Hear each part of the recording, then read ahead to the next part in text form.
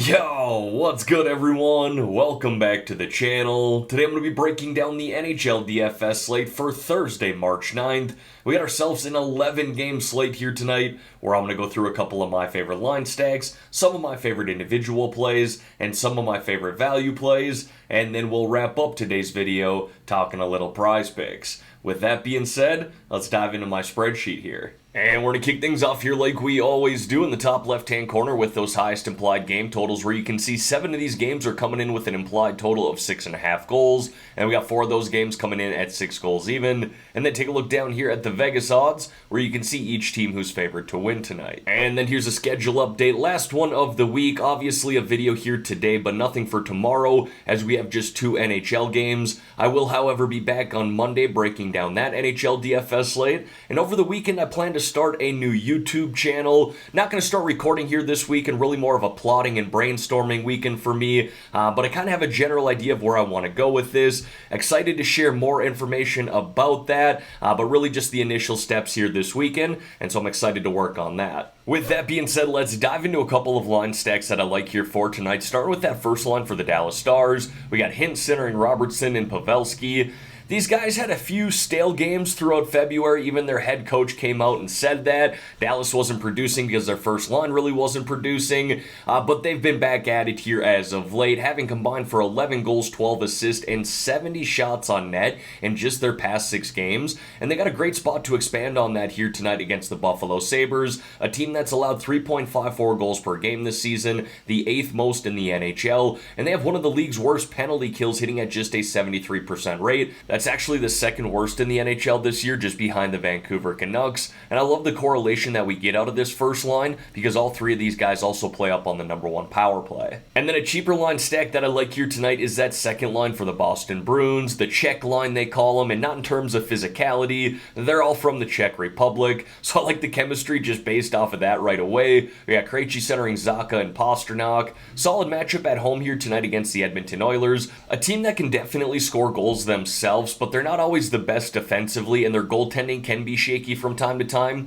They've allowed 3.29 goals per game this year, with a penalty kill that's hit at just a 75% rate. That's the 9th worst in the NHL, and this line here for the most part should avoid the McDavid line, as Bergeron, Marchand, and DeBrusk should face those guys for the most part, so I also like that. And I also kind of like doing a 3-man stack of Zacha, Krejci, and Dmitry Orlov, who you can see listed below. It's very affordable to do that, and all 3 of those guys play on the #2 power play, so you get that strong correlation there. Now folks, before we dive into some of my favorite individual plays here, if you could like this video and subscribe to the channel, I would greatly appreciate that. And don't forget, I am running that Discord channel too. If you want to join that, there's a link to do so in the description below. We got a great group of people in there talking hockey and talking some prize picks as well. Alright, now diving into some of my favorite individual plays here, we're going to kick it off with the forwards. First guy I got there is Sebastian Aho of the Carolina Hurricanes, and really everyone, I'm just targeting this #1 power play for the Hurricanes tonight, which has been on fire as of late, scoring at a 47% rate over their past 5 games, and I understand that that number is not sustainable going forward, but they got a really good matchup to build on that here tonight, at home against the Philadelphia Flyers, who have really struggled on the penalty kill themselves as of late, hitting at just a 58.3% rate in their past 5 games, by far the worst in the NHL during that stretch of games. Now, Aho's a point-per-game player, plays big minutes on that first line as well.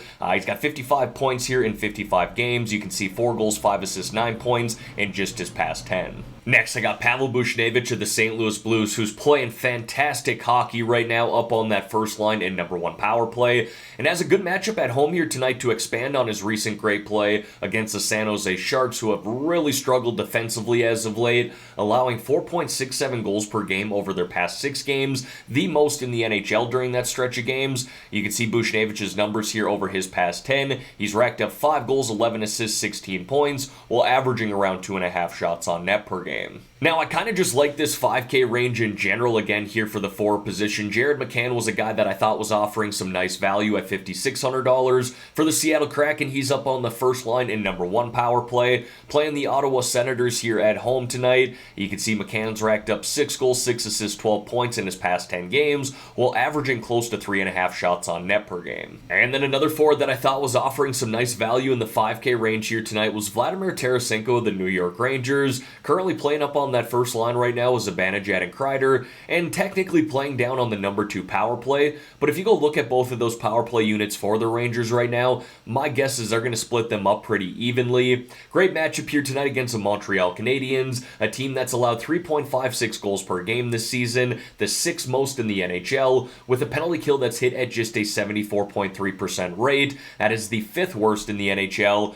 Tarasenko struggled a little bit at first once he got traded to the Rangers, but has kind of found his game here over his last 3, where you can see he's racked up 2 goals and 3 assists. I would like him to shoot the puck a little bit more, but my guess is he'll find his groove there sooner than later. Now, I know I highlighted that first line for the Dallas Stars earlier, and I typically don't highlight 2 lines from the same team on the same spreadsheet, but I was going through the 4K range for forwards here tonight, and I just couldn't find anything that I love. The 2 guys that kept sticking out to me were Tyler Seguin and Max Domi of the Dallas Stars, playing on the second line together in number 2 power play. So considering the very affordable price tag here and the correlation between these two in a good matchup, I did kind of like that as a mini stack. Now moving over here to the defensemen, and I got 4 guys that I want to stack up with forwards on the same power play. Absolutely believe that these guys can be played as one-offs as well if you want to go that route, but being that I'm primarily a tournament player, I like to stack them up with forwards or power plays. Brent Burns here, the Carolina Hurricanes, talked about how that power play is on fire right now. Good matchup at home to expand on that against the Philadelphia Flyers. Jacob Trouba, he's technically playing on the second power play with Kreider, Zibanejad, Tarasenko, so I kind of like targeting him there with someone like Tarasenko as a mini stack, or just stacking up that number 2 power play unit in general, being that Tarasenko, Kreider, and Zibanejad all play on the first line together. Orlov mentioned him earlier. You could do a little mini stack with Krejci and Zacha on that number 2 power play. He's been fantastic with the Bruins so far. And then Rasmus Sandin, I think this would be the one guy that I'm not going to force into a stack by any means. Sure, we could stack him up with someone like Ovechkin, but a little tougher matchup tonight against the New Jersey Devils, who do play sound defensively. But Sandin's logging 20-plus minutes per night, getting time on that number 1 power play, and putting up some really solid DraftKings points performances as of late. And then I got a couple of goaltenders there for you, higher priced and lower priced option. First is Linus Ullmark of the Boston Bruins, and I will continue to play him really until I'm given a reason not to. He's been the best goalie in the NHL all year long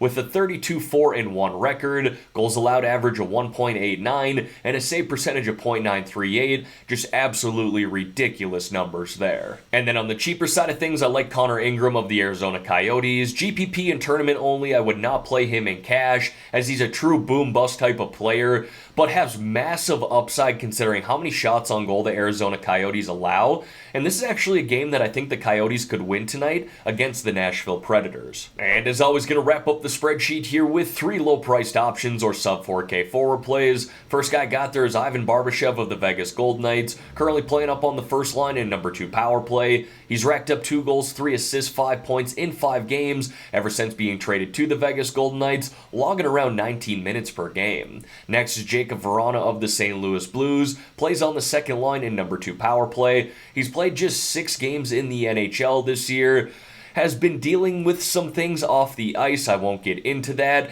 but I like the way he played last game. 6 shots on net. He's got a ridiculous shot. He keeps shooting the puck like that. He's going to find the back of the net here sooner than later. And then Luke Evangelista, I believe I'm pronouncing that right. I was recently recalled from the AHL, playing up on the first line in number 1 power play already, where he's racked up 2 goals, 1 assist, 3 points in 4 games. And he actually had 41 points in 49 games in the AHL this year. Definitely someone who can get on the score sheet. And then to wrap up this video here, want to talk a little prize picks with you guys. Now, for starters, if you have not signed up for prize picks yet, but you want to get in on this action, I got a promo code that you should definitely take advantage of. When you're signing up, use my promo code GRIFF, GRIFF, and PrizePicks will give you all the way up to a $100 match deposit. Now again, you do not have to put $100 in either. If you want to put in $50, they'll match $50. You want to put in $20, they will match that $20, and again, they'll match anything up to $100 as long as you use my promo code GRIFF, GRIFF upon signing up. Now, I'm going through the picks here this morning. Definitely some that are sticking out to me. Gotta wait for the goalie props to come out still. But I thought this was pretty funny here. William Eklund was recently just recalled from the AHL for the San Jose Sharks, and they put his first goal picture here on Prizepicks. I don't think I've ever seen that before. That was pretty funny, stuck out to me. You guys know the plan of attack here. Got to do my research, go through these picks individually. I'll let you know my final picks in a comment below on this video. I'll be sure to pin that comment as well. Don't forget, I am posting those picks in my Discord channel too, and if you want to join that, there's a link to do so in the description below. Alright everyone, that is going to wrap up this video here for today. As always, thank y'all for taking the time out of your day to watch the content here on this channel. If you could like this video and subscribe to the channel, I would greatly appreciate that. Let's have ourselves a great day here, folks. Let's win some money on this 11-game slate. In the meantime, I'm out of here.